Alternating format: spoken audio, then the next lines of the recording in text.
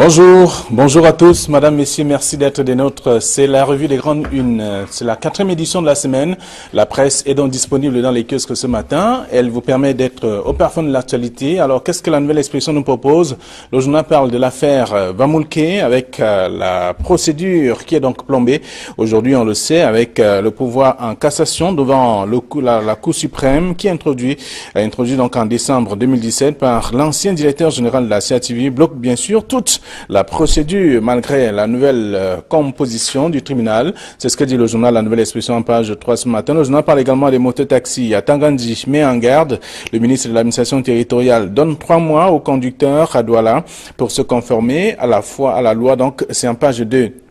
Eh bien, on peut parler de la journée de la poésie avec des mots et encore des mots. Donc, les activités culturelles relatives justement aux arts oratoires se sont achevées avec une dernière journée consacrée à la poésie. C'est en page 11. On va lire aussi autre chose. On parle de l'immigration clandestine.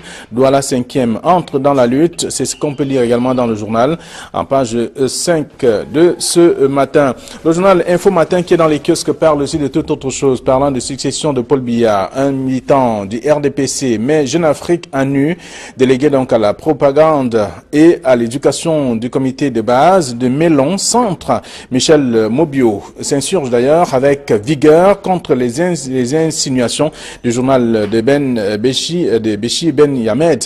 Donc à lire dans le journal en page 3. On parle également de la fuite des athlètes. Le ministre des Sports au cœur de l'immigration clandestine. C'est ce que dit le journal. Depuis une dizaine d'années, on constate qu'il y a toujours des Camerounais qui disparaissent lors des compétitions internationales et on décrit tout cela dans le journal en page 11 ce matin. Le journal s'intéresse aussi au Conseil national de la consommation. Que se passe-t-il concrètement? De toute façon, on parle bien entendu de la nouvelle présidente et invitée donc à suivre notamment ce qui doit être fait sur le terrain. Le Premier ministre et le ministre du Commerce l'ont d'ailleurs installé officiellement il y a quelques jours, c'était il y a 2 jours précisément.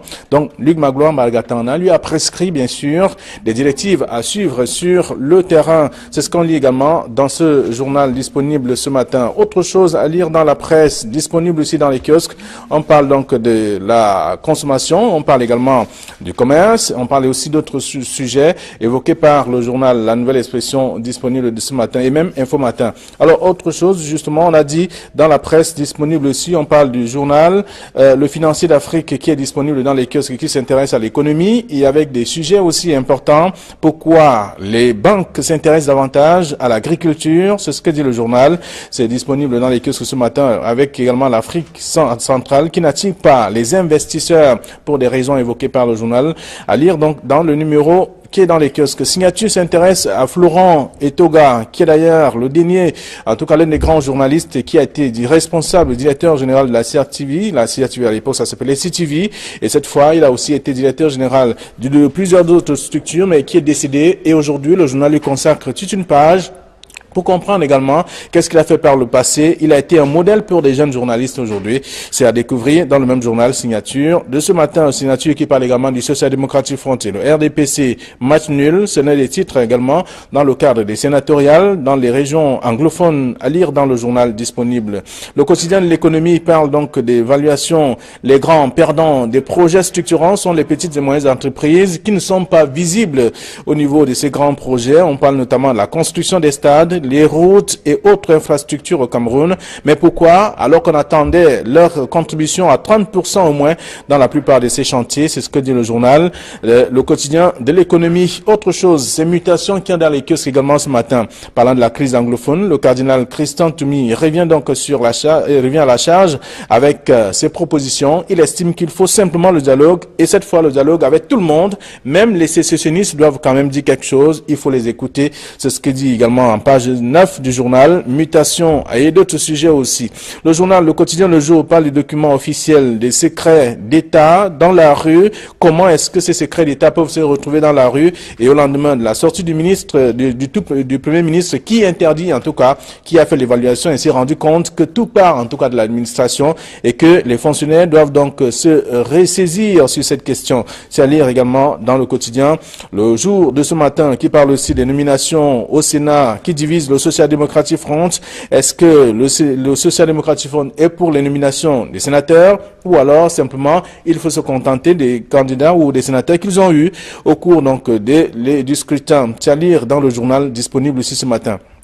On retrouve également dans les kiosques aussi Cameroun Tribune qui parle de paix et unité nationale, l'appel des évêques à lire dans le journal. Donc avec tout ce qui a été dit sur cette question et même on observe simplement qu'il y a également des engagements qui ont été pris par ces derniers pour ramener la paix dans le pays et également inviter les Camerounais à comprendre qu'il y a toujours la paix qui reste un principe important pour notre pays. C'est dans le journal. L'essentiel s'intéresse à Paul Biya, candidat des populations Sawa, du peuple Sawa. C'est ce que dit le journal, avec également ce peuple qui a rencontré le ministre de l'administration territoriale il y a 2 jours. Et ils ont décidé de rappeler, en tout cas, dit que c'est le meilleur risque. Donc il faut le ramener au perchoir, j'allais dire, à la tête de l'État du Cameroun pour le prochain mandat. C'est ce que dit le journal également, l'essentiel. Voilà du moins ce que la presse propose ce matin, celle que nous avons reçue à notre rédaction.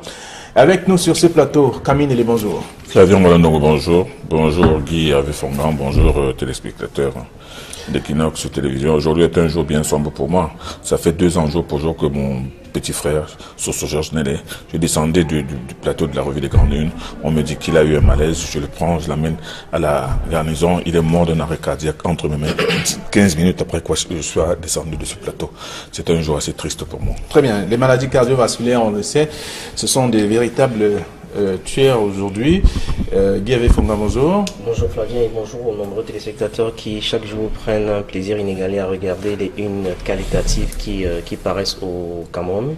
Je voudrais ce matin aussi avoir une pensée pour les évêques du Cameroun qui appellent à une union de prière autour de cette crise anglophone qui déstabilise un peu le système et le régime. Donc je viens de m'avoir aux évêques pour dire que on devrait tous chacun avoir une union de prière pour que la paix revienne et que le dialogue s'installe. Et je finis par prier le doyen de recevoir ma goutte de compassion dans cet océan de douleur. Très bien. Merci à vous. Alors, la presse disponible ce matin s'intéresse à d'autres sujets aussi. On sait que les évêques sont réunis à Yaoundé pour parler des questions qui taraudent, bien entendu, les esprits des Camerounais et surtout leur quotidien. Il faut trouver des solutions à la crise anglophone au plus vite et ils parlent plus de paix. Donc, on parle également ce matin dans la nouvelle expression des mototaxis à Tangandji qui met donc en garde ces derniers. Le ministre de l'administration territoriale qui a rencontré les responsables même de ces conducteurs de mototaxi pour leur dire qu'il faut se mettre en règle. Ils ont 3 mois pour le faire. Et moi je pense que cela fait partie de la batterie de mesures que le ministre Paul Atangandji est en train de prendre courageusement et de façon bien affirmée depuis sa nomination au gouvernement il y a une trentaine de jours, depuis 2 ou 3 mois. On l'a vu dans les régions du sud-ouest et du nord-ouest, après les consultations qu'il a eues avec les chefs traditionnels, les élites et les autorités, on l'a vu dialoguer avec les moteurs mototaximans. Et on l'a même vu entrer dans la ville de Kumbo, précédé par une longue file de mototaximans.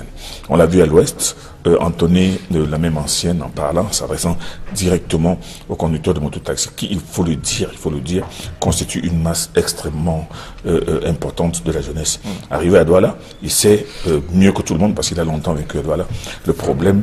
Les chiffres non actualisés, sans vous couper, concernant bien sûr le nombre de mototaxis à Douala et Yaoundé, parlent de 100 000 motos, quand même, c'est beaucoup. Et encore, des chiffres non actualisés. Ce n'est qu'une évaluation, 100 000. 100 000, c'est-à-dire que 4 fois plus que les taxis. Et ce chiffre gonfle chaque jour, parce que chaque jour, c'est un petit débrouillard qui réussit à s'attraper une moto, soit d'occasion, soit à la tontine pour essayer de vivre. Moi, je pense que cette démarche du ministre Paul Atangandji, d'essayer de réglementer davantage le secteur des motos, de les mettre en règle, de les amener à être en règle pour qu'ils puissent exercer ce métier difficile, mais astreignant. Moi, je pense que il n'est pas venu avec des injonctions, avec des ordres, en disant mettez-vous en règle. Il leur a dit je vous donne 3 mois, et je pense que c'est un délai raisonnable qui va permettre aux uns aux autres. D'ailleurs, on a vu sur le visage de ces moteurs, chauffeurs de moto qui étaient bien contents qu'on ait pris leur doléance en compte et que maintenant ils sont prêts à se conformer à la règle. Moi, je pense que c'est une chose très bien. Alors, Guy Fongan, vous avez également parcouru l'article et vous savez également comment fonctionnent ces mototaxis qui sont aujourd'hui pratiquement au centre de tout ce qui est comme dérive, parlant notamment des accidents de la circulation, du non-respect du code de la route, également être complice aussi de l'insécurité. On voit tout cela dans le même secteur. Ça vaut la peine quand même de réguler ce secteur aujourd'hui, même si plusieurs autres ont essayé par le passé et ont échoué. Non, il faut absolument réguler, parce que on ne dira peut-être jamais assez, mais les mototaxis restent, quoi qu'on dise, un mal nécessaire et on ne peut pas se passer aujourd'hui, au regard de la configuration actuelle de la ville. Il n'y a presque pas de route à Douala et ailleurs, se passer des mototaxis. Donc on est obligé de faire avec les mototaxis, mais le ministre Atangadi est dans son rôle, il est sur tous les fronts depuis quelques temps. Donc il a dit 3 mois, nous allons le prendre au mot.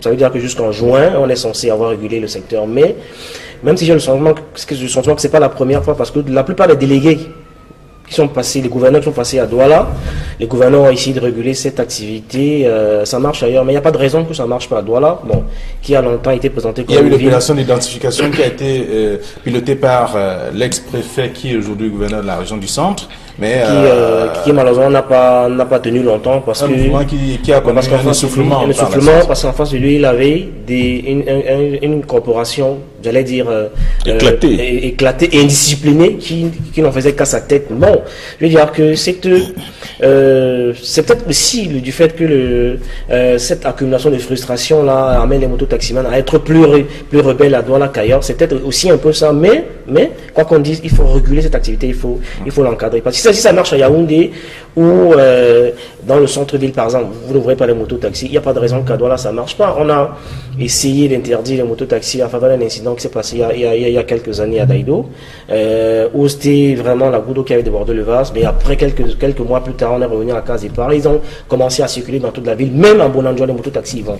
Donc ça veut dire que nous allons le prendre au mot, notamment à Douala. On va attendre le mois de juin pour voir comment est-ce qu'il va réussir à discipliner ces gens qui sont... Vous prendrez au mot plutôt les responsables des mototaxis parce qu'ils ont donné un délai, c'est eux qui ont proposé le délai et le ministre ils l'ont souvent fait.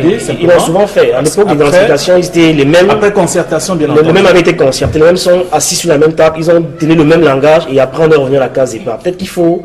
comme disait Adolphe Hitler, il y a certaines choses qu'on ne peut imposer que par la force, peut-être. Très bien. Alors on va lire l'article dans le journal en page 2 de la Nouvelle Expression de ce matin qui parle donc de mototaxi à Tangandji qui met en garde, et aussi dans le journal Info Matin on va parler de la fuite des athlètes. Le ministre des Sports au cœur de l'immigration clandestine. On sait, ce n'est pas la première fois, on a souvent vu dans une douzaine d'années aujourd'hui, chaque fois qu'une équipe ou alors va en compétition à l'international, la même équipe ne revient pas. Oui, c'est pas nouveau. C'est pas nouveau. Il fallait même s'y attendre. Et moi, je pense que le ministre des Sports aurait dû prendre des précautions pour que cela n'arrive pas, parce que pratiquement à chaque grande rencontre internationale, il y a des athlètes camerounais qui font la malle et qui s'en vont. Vous comprenez, les raisons, elles sont simples et explicables. C'est-à-dire que ces jeunes-là qui sentent qu'ils ont la possibilité de mieux faire valoir leur énergie, leur force technique ailleurs, et qu'au Cameroun, ils n'ont aucun moyen, ils ne font l'objet d'aucune prise en charge par ce ministère-là, préfèrent aller voir ailleurs. On a vu aussi, c'est ainsi qu'on a vu plusieurs athlètes qui se sont évadés comme ça, qui sont devenus des champions dans d'autres pays, mais sous une autre nationalité. Donc, ces jeunes-là, c'est peut-être trop facile de leur jeter la pierre et de parler de la qualifier d'athlètes déloyaux. Mais moi, je pense que c'est la nécessité, c'est leur propre avenir. Oui, c'est leur propre avenir. Ils se disent que si je retourne au pays, c'est toujours la même galère. Je vais continuer à être toujours mototaximan en attendant et en m'entraînant au quartier. Donc, il est préférable que j'aille peut-être en France, aux États-Unis, pour devenir. Vous voyez comment il y a des champions en France, tels que, regardez par exemple monsieur Nganou, qui est aujourd'hui champion du monde de MMA. Il est parti du Cameroun, en quelques mois, il est devenu champion de France. Aujourd'hui, il est sur tous les grands rings des États-Unis. Non, les jeunes se disent peut-être que à cause justement du manque d'encadrement du ministère des Sports, à cause de du manque de volonté politique du Cameroun de mieux encadrer la jeunesse, ils peuvent peut-être aller tenter leur chance ailleurs. Bon, c'est regrettable, parce que comme ils s'en vont comme ça, c'est le Cameroun, en fait, c'est l'équipe du Cameroun encore, qui perd des valeurs. Donc, quand l'informateur dit que le ministère des Sports au centre de l'immigration clandestine, en réalité, il veut sous-entendre que le ministre lui-même, ce ministre est lui-même responsable justement de cette immigration clandestine. Alors, puisque c'est pas le premier cas, en tout cas, il y a toujours eu le même nombre n'est pas ou ne va pas revenir au Cameroun. Il y a ceux qui vont rester pour des raisons. Non, moi j'étais très peiné en lisant cet article. D'ailleurs, c'est pas nouveau, on le sait. On parle de 3 athéophiles qui ont disparu et de 5 boxeurs qu'on n'a pas retrouvés lors des 21e Jeux du Commonwealth. Ce qui n'est pas nouveau, Mais par contre, j'ai régulièrement dit que le gouvernement a démissionné de ces missions régaliennes parce qu'on ne crée pas les conditions pour permettre aux adeptes de s'épanouir une fois qu'ils sont ici. On a perdu Françoise Bango, brillante adepte de son État, qui après plusieurs tentatives de revenir de revenir ici, elle a été, j'allais dire, pratiquement humiliée et elle est obligée de prendre la nationalité française, pas de gaieté de cœur. Moi j'ai suivi sur votre chaîne, d'ailleurs je suis inclin au directeur des programmes Serge Arnaud Otto, un reportage sur c'était à l'émission du dimanche, c'était avec Crotal justement qui était reçu sur ce plateau-là, qui dans son domicile, vous avez le champion du Cameroun d'haltérophile s'entraîne dans le domicile de Crotal. Vous vous rendez compte, tous les champions passent par là. C'est-à-dire qu'il a mis son domicile à contribution, Crotal, l'artiste que quelques-uns connaissent, et la plupart des champions passent par là. Et les gars se servent, s'utilisent des moyens. Dans quelles conditions ces gars s'entraînent?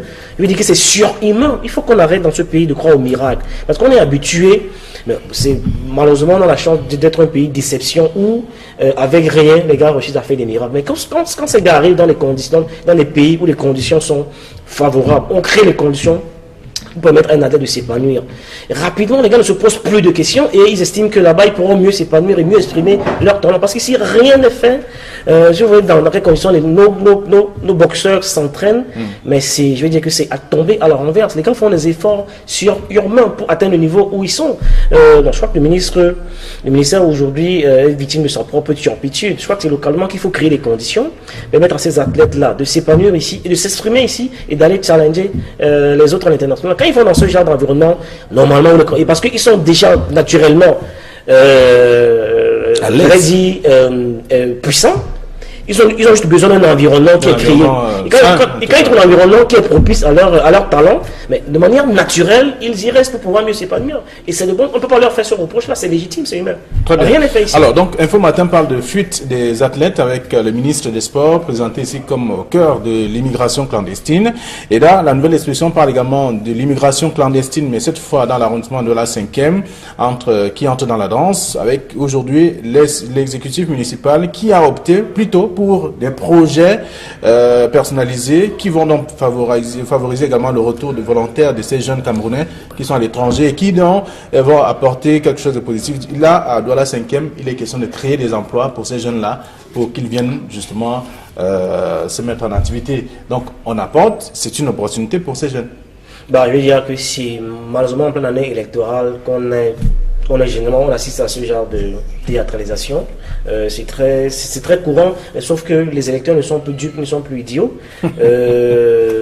En général, c'est toujours comme ça. C'est une opération de campagne? C'est une opération. Ce n'est pas autre chose que ça. Je veux dire qu'on ne peut pas attendre à la fin du mandat pour être, c'est-à-dire qu'on a été frappé d'un esprit, d'un esprit divin. On a eu un zeste d'illumination et on pense qu'il faut occuper les jeunes pendant les ventes. Ça n'a aucun sens, ça ne fait pas sérieux. On a eu 5 ans où il fallait, je veux dire que bon, maintenant aujourd'hui... Il n'a plus le mandat en cours si vous voulez aller dans ce sens quand même. De plus en plus, les populations commencent à comprendre et ils ne sont pas dupes. Mais on ne va pas jeter le bébé avec l'eau du bain, c'est toujours bien, même si c'est à la fin du mandat, d'occuper un peu les jeunes en leur permettant un peu d'avoir de quoi au moins s'occuper pendant la rentrée. C'est en rapport avec les risques que les jeunes courent chaque fois en traversant le désert. Le désert du Sahara et avec également des cas qu'on a souvent vus au niveau de... La démarche peut être qualifiée de louable, Guy Fongang, quand on réalise que c'est au cours de cette année que le scandale, c'est-à-dire la misère, toute la difficulté de ces jeunes qui quittent le Cameroun, pour aller en Europe à pied. C'est peut-être pour ça que on peut comprendre. Ça fait 30 ans que les jeunes souffrent. Oui, mais cette année, il en a la fin du mandat. Oui, mais cette année, on a vu ces jeunes qui meurent en mer. On en a même vu qui ont été vendus comme esclaves. Moi, je pense que vous avez dit tout à l'heure, il ne faut pas jeter le bébé l'eau du bain. Mais l'initiative n'est pas mauvaise. Mais alors, dans la 5e, va-t-il prendre tous les immigrés clandestins qui reviennent de Libye, qui viennent de la région de l'Ouest? Non, chacun va aller devant sa cour. Voilà. Alors, donc, les autres mairies prennent le relais. Donc, il va prendre tous ceux qui sont dans sa mairie. C'est pas une mauvaise. C'est pas une mauvaise idée. Très bien.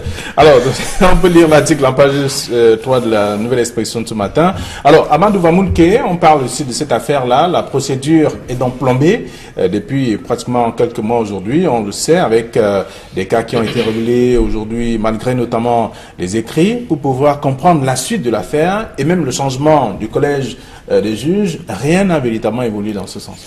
Vous savez, Flavien Balou, j'ai toujours dit que le cas Vamoulke est l'un des cas les plus symptomatiques du malaise de la justice au Cameroun. Voilà quelqu'un qui a été directeur de la CRTV pendant 11 ans, qui au bout de 11 ans a été remplacé par le décret du chef de l'État.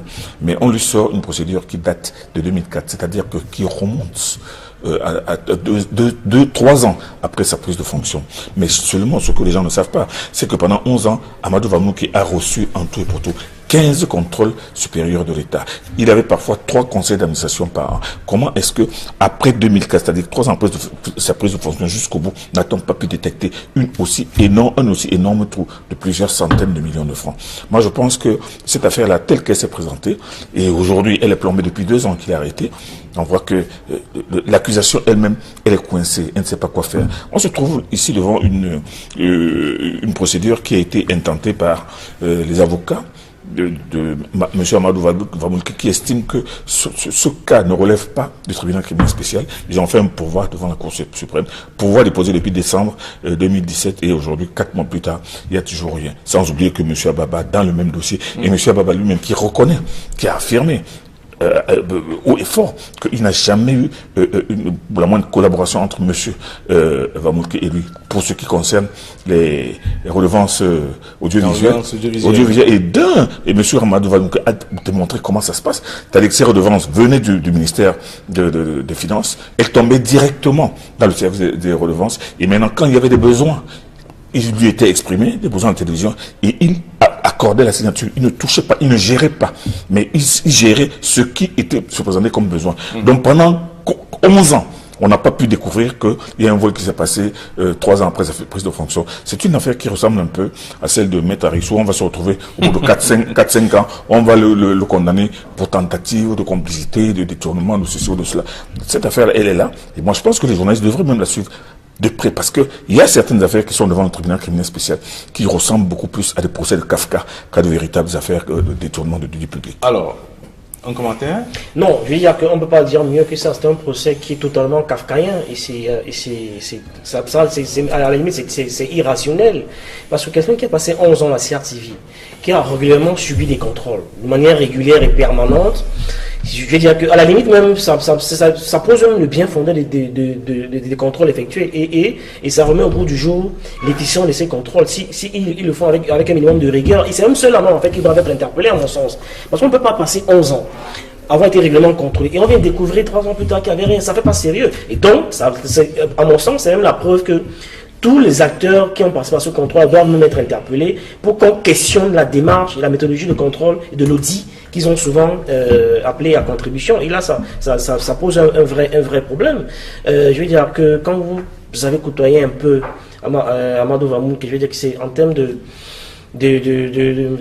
directeur général, j'ai jamais vu quelqu'un aussi esthète. Il n'y a pas, après son passage avec brio à la Citabac, j'ai rarement vu un directeur général aussi esthète et aussi d'une humilité effrayante. Donc, quand il subit ce type d'humiliation, honnêtement, ça laisse à désirer, et ça donne froid dans le dos, et ça questionne sur le véritable mobile de cette justice-là, et on se demande si on est vraiment dans un pays qui est dirigé et qui est géré de manière rationnelle. Vous savez, Flavien Malonongo, quelques temps avant son arrestation, j'ai entendu des amis d'Amadou Vamoulke dire qu'il y a un qui lui a dit qu'on va t'arrêter. Amadou Vamoulke a dit que si on m'arrête, on va m'arrêter parce que on veut absolument m'humilier. Mais c'est pas parce qu'on va trouver quelque chose. Parce que que après avoir subi chaque année plus de 5 contrôles, chaque année plusieurs conseils d'administration et les auditeurs du conseil d'administration, eux-mêmes les experts comptables, cherchaient la petite bête pendant 11 ans, ils ne l'ont pas trouvé. De toute la manière, si on m'arrête,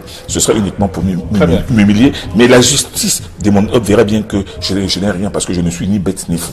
Voilà. Donc on peut lire également l'article de ce matin dans la Nouvelle Expression en page 3 pour comprendre un peu quel est le traitement que la presse a réservé à ce sujet. Et je vous invite également à parcourir le journal Mutation pour relire aussi le cardinal Christian Toumi qui est revenu à la charge sur ses différentes positions face à la crise anglophone, on le sait. Donc il estime qu'il faut dialoguer avec tout le monde. Le dialogue reste l'élément important. Je suis heureux d'entendre le cardinal Toumi. Je ne l'ai pas beaucoup entendu durant cette crise. Je pense même avec les sécessionnistes. Je pense qu'il est une des personnes les plus autorisées, les plus crédibles à pouvoir apaiser les cœurs et les tensions. Je ne vais pas trahir un secret ni tendre une perche, mais le président a encore des cartes en main pour nommer quelques gens au Sénat. Je ne serais pas surpris.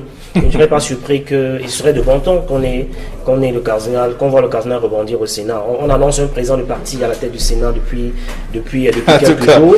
Moi, j'aurais bien le cardinal, pourquoi pas, pour véritablement prendre le taureau par les cornes et aller apaiser les cœurs et les tensions. Ça, il peut le faire, il sait le faire. Merci à vous. Donc, je l'attends au Sénat. Merci, je vous donne pas la parole, Camille. Nous sommes arrivés à la fin de l'émission. Vous aurez l'occasion demain encore, puisque vous serez sur ce plateau. Allez, bonne journée à vous, bon retour à vos différentes rédactions également.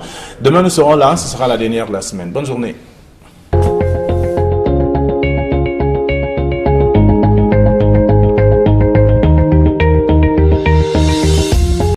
Très bien. Les maladies cardiovasculaires, on le sait, ce sont des véritables tueurs aujourd'hui.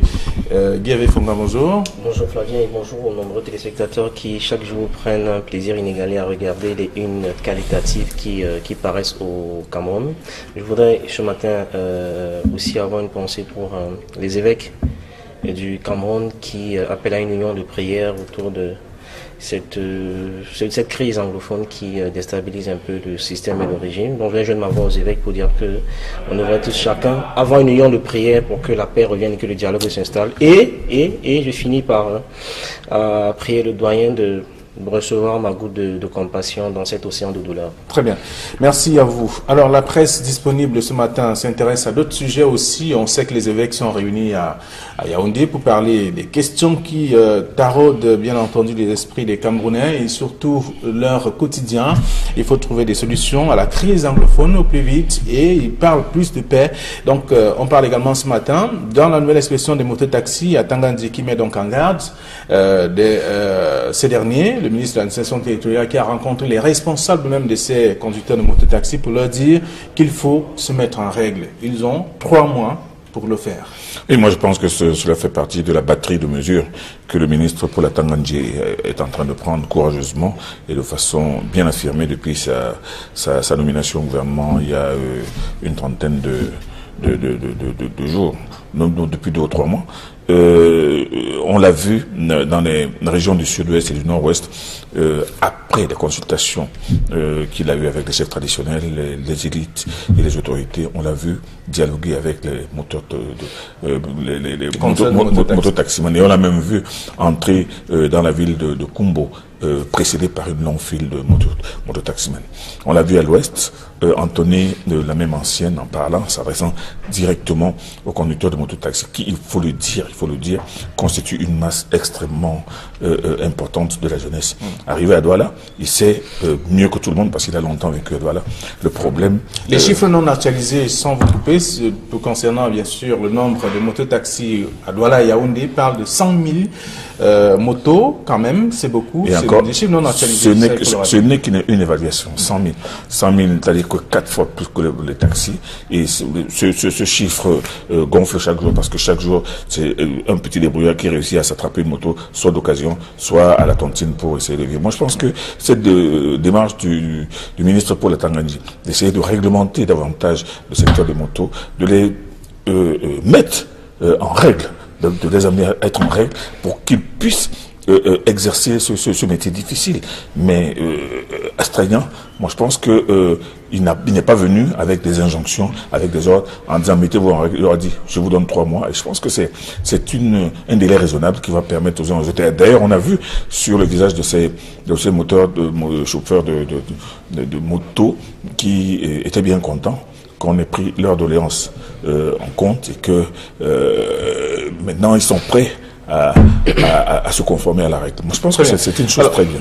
Alors, Guy Fongan, vous avez également parcouru l'article et vous savez également comment fonctionnent ces mototaxis qui sont aujourd'hui pratiquement au centre de tout ce qui est comme dérive, parlant notamment des accidents de la circulation, du non-respect des codes de la route, également être complice aussi de l'insécurité. On voit tout cela dans le même secteur. Ça vaut la peine quand même de réguler ce secteur aujourd'hui, même si plusieurs autres ont essayé par le passé et ont échoué. Non, il faut absolument réguler parce que on ne dira peut-être jamais assez, mais les mototaxis restent, quoi qu'on dise, un mal nécessaire et on ne peut pas se passer aujourd'hui au regard de la configuration actuelle de la ville. Il n'y a presque pas de route à Douala et ailleurs se passer des mototaxis. Donc on est obligé de faire avec les mototaxis, mais le ministre Atanga dit est dans son rôle, il est sur tous les fronts depuis quelque temps. Donc il a dit 3 mois, nous allons le prendre au mot. Ça veut dire que jusqu'en juin, on est censé avoir régulé le secteur, mais même si j'ai le sentiment que c'est pas la première fois, parce que la plupart des délégués qui sont passés, les gouverneurs qui sont passés à Douala, les gouverneurs ont essayé de réguler cette activité, ça marche ailleurs, mais il n'y a pas de raison que ça marche pas à Douala, bon, qui a longtemps été présenté comme il y a eu l'opération d'identification qui a été pilotée par l'ex-préfet qui est aujourd'hui gouverneur de la région du centre, mais qui malheureusement n'a pas tenu longtemps parce que qui a connu un essoufflement, parce qu'en face de lui il avait une corporation, j'allais dire éclatée et indisciplinée qui n'en faisait qu'à sa tête. Bon, je veux dire que c'est peut-être aussi du fait que cette accumulation de frustration là amène les mototaximans à être plus rebelles à Douala qu'ailleurs. C'est peut-être aussi un peu ça, mais quoi qu'on dise, il faut réguler cette activité, il faut l'encadrer. Parce que si ça marche à Yaoundé ou dans le centre-ville par exemple, vous ne voyez pas les mototaxis, il n'y a pas de raison qu'à Douala ça ne marche pas. On a essayé d'interdire les mototaxis à faveur d'un incident qui s'est passé il y a quelques années à Daïdo, où c'était vraiment la goutte d'eau qui avait débordé le vase, mais après quelques mois plus tard, on est revenu à la case départ. Ils ont commencé à circuler dans toute la ville, même en Bonanjoua, les mototaxis y vont. Donc ça veut dire que nous allons le prendre au mot, notamment à Douala. On va attendre le mois de juin pour voir comment est-ce qu'il va réussir à discipliner ces gens qui sont... Vous prendrez au mot plutôt les responsables des mototaxis parce qu'ils ont donné un délai, c'est eux qui ont proposé le délai et le ministre a ils l'ont souvent fait. Ils l'ont souvent fait. À l'époque de l'identification, ils étaient les mêmes. Après concertation, bien entendu. Les mêmes avaient été concertés, les mêmes sont assis sur la même table, ils ont tenu le même langage et après on est revenu à la case départ. Peut-être qu'il faut... comme disait Adolf Hitler, il y a certaines choses qu'on ne peut imposer que par la force, peut-être. Très bien.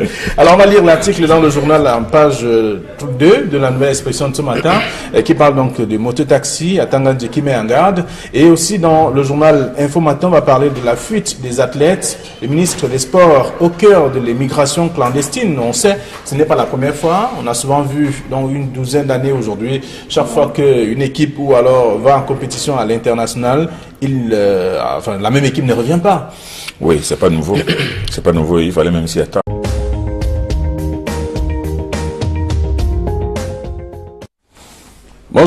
Bonjour à tous, madame, messieurs, merci d'être des nôtres. C'est la revue des grandes unes, c'est la 4e édition de la semaine. La presse est donc disponible dans les kiosques ce matin. Elle vous permet d'être au parfum de l'actualité. Alors, qu'est-ce que la nouvelle expression nous propose? Le journal parle de l'affaire Vamulke avec la procédure qui est donc plombée.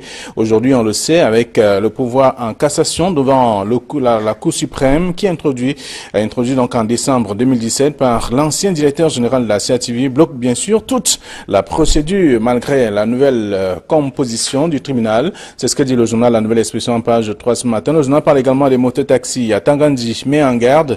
Le ministre de l'administration territoriale donne 3 mois aux conducteurs à Douala pour se conformer à la loi. Donc c'est en page 2. Eh bien, on peut parler de la journée de la poésie avec des mots et encore des mots. Donc, les activités culturelles relatives justement aux arts oratoires se sont achevées avec une dernière journée consacrée à la poésie. C'est en page 11. On va lire aussi autre chose. On parle de l'immigration clandestine. Douala 5e entre dans la lutte. C'est ce qu'on peut lire également dans le journal en page 5 de ce matin. Le journal Info Matin qui est dans les kiosques parle aussi de toute autre chose, parlant de succession de Paul Biya, un militant du RDPC, mais Jeune Afrique à nu, délégué donc à la propagande et à l'éducation du comité de base de Mélon Centre. Michel Mobio s'insurge d'ailleurs avec vigueur contre les insinuations du journal de Béchi Ben Yamed.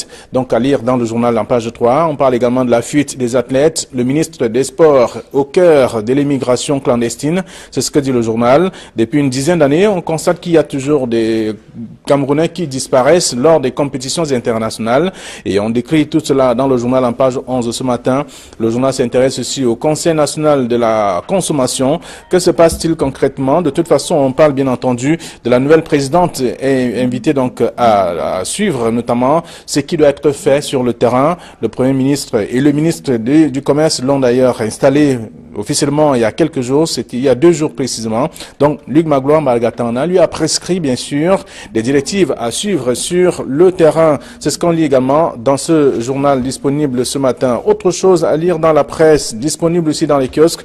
On parle donc de la consommation, on parle également du commerce, on parle aussi d'autres sujets évoqués par le journal La Nouvelle Expression disponible de ce matin et même Info Matin. Alors autre chose justement, on a dit dans la presse disponible aussi, on parle du journal Le Financier d'Afrique qui est disponible dans les kiosques qui s'intéresse à l'économie et avec des sujets aussi importants. Pourquoi les banques s'intéressent davantage à l'agriculture? C'est ce que dit le journal. C'est disponible dans les kiosques ce matin avec également l'Afrique centrale qui n'attire pas les investisseurs pour des raisons évoquées par le journal. À lire donc dans le numéro qui est dans les kiosques. Signature s'intéresse à Florent Etoga, qui est d'ailleurs le dernier, en tout cas l'un des grands journalistes qui a été responsable, directeur général de la CRTV. La CRTV à l'époque, ça s'appelait CTV. Et cette fois, il a aussi été directeur général de plusieurs autres structures, mais qui est décédé. Et aujourd'hui, le journal lui consacre toute une page pour comprendre également qu'est-ce qu'il a fait par le passé. Il a été un modèle pour des jeunes journalistes aujourd'hui. C'est à découvrir dans le même journal Signature. De ce matin, Signature qui parle également du Social-Démocratique Front et le RDPC match nul. Ce n'est des titres également dans le cadre des sénatoriales dans les régions anglophones à lire dans le journal disponible.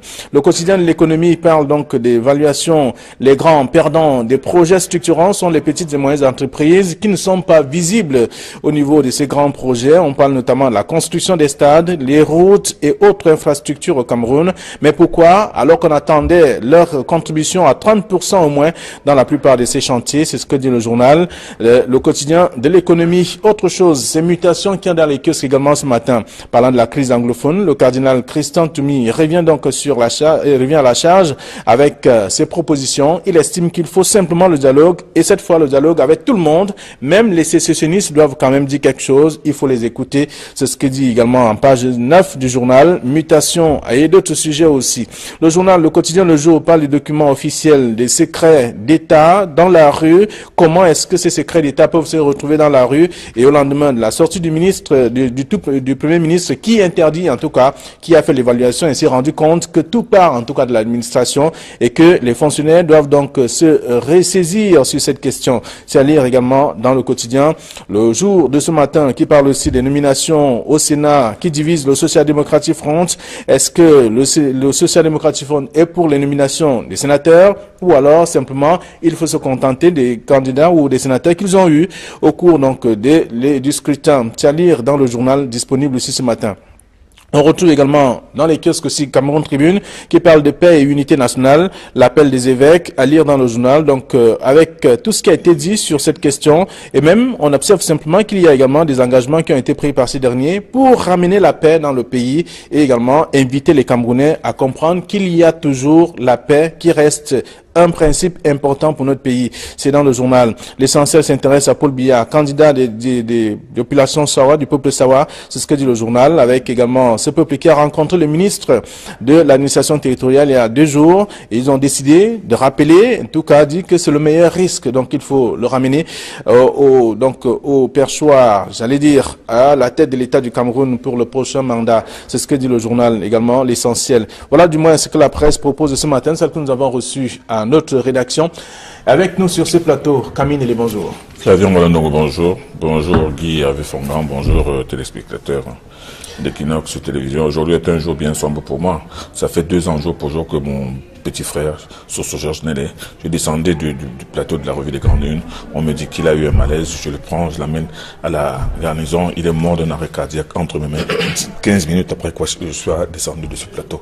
C'était un jour assez triste. Moi, je pense que le ministre des Sports aurait dû prendre des précautions pour que cela n'arrive pas, parce que pratiquement à chaque grande rencontre internationale, il y a des athlètes camerounais qui font la malle et qui s'en vont. Vous comprenez, les raisons, elles sont simples et explicables. C'est-à-dire que ces jeunes-là qui sentent qu'ils ont la possibilité de mieux faire valoir leur énergie, leur force technique ailleurs, et qu'au Cameroun, ils n'ont aucun moyen, ils ne font l'objet d'aucune prise en charge par ce ministère-là, préfèrent aller voir ailleurs. On a vu aussi, c'est ainsi qu'on a vu plusieurs athlètes qui se sont évadés comme ça, qui sont devenus des champions dans d'autres pays, mais sous une autre nationalité. Donc, ces jeunes-là, c'est peut-être trop facile de leur jeter la pierre et de parler de la qualifier d'athlètes déloyaux. Mais moi, je pense que c'est la nécessité, c'est leur propre avenir. Oui, c'est leur propre avenir. Ils se disent que si je retourne au pays, c'est toujours la même galère. Je vais continuer à être toujours moto-taximan en attendant et en m'entraînant au quartier. Donc, il est préférable que j'aille peut-être en France, aux États-Unis, pour devenir. Vous voyez comment il y a des champions en France, tels que regardez par exemple Monsieur Ngannou, qui est aujourd'hui champion du monde de MMA. Il est parti du Cameroun. En quelques mois, il est devenu champion de France. Aujourd'hui, il est sur tous les grands rings des États-Unis. Non, les jeunes se disent peut-être que à cause justement du manque d'encadrement du ministère des Sports, à cause de la volonté, du manque de volonté politique du Cameroun de mieux encadrer la jeunesse, ils peuvent peut-être aller tenter leur chance ailleurs. Bon, c'est regrettable parce que comme ils s'en vont comme ça, c'est le Cameroun en fait, c'est l'équipe du Cameroun encore qui perd des valeurs. Donc, quand l'informateur dit que le ministère des Sports au centre de l'immigration clandestine, en réalité, il veut sous-entendre que le ministre lui-même, ce ministère est lui-même responsable justement de cette immigration clandestine. Alors, puisque c'est pas le premier cas, en tout cas, il y a toujours eu le même nombre n'est pas ou ne va pas revenir au Cameroun. Il y a ceux qui vont rester. Pour des raisons... Non, moi j'étais très peiné en lisant cet article. D'ailleurs, c'est pas nouveau, on le sait. On parle de 3 haltérophiles qui ont disparu et de 5 boxeurs qu'on n'a pas retrouvés lors des 21e Jeux du Commonwealth. Ce qui n'est pas nouveau, Mais par contre, j'ai régulièrement dit que le gouvernement a démissionné de ses missions régaliennes. Parce qu'on ne crée pas les conditions pour permettre aux adeptes de s'épanouir une fois qu'ils sont ici. On a perdu Françoise Bango, brillante adepte de son État, qui après plusieurs tentatives de revenir de revenir ici, elle a été, j'allais dire, pratiquement humiliée et elle est obligée de prendre la nationalité française, pas de gaieté de cœur.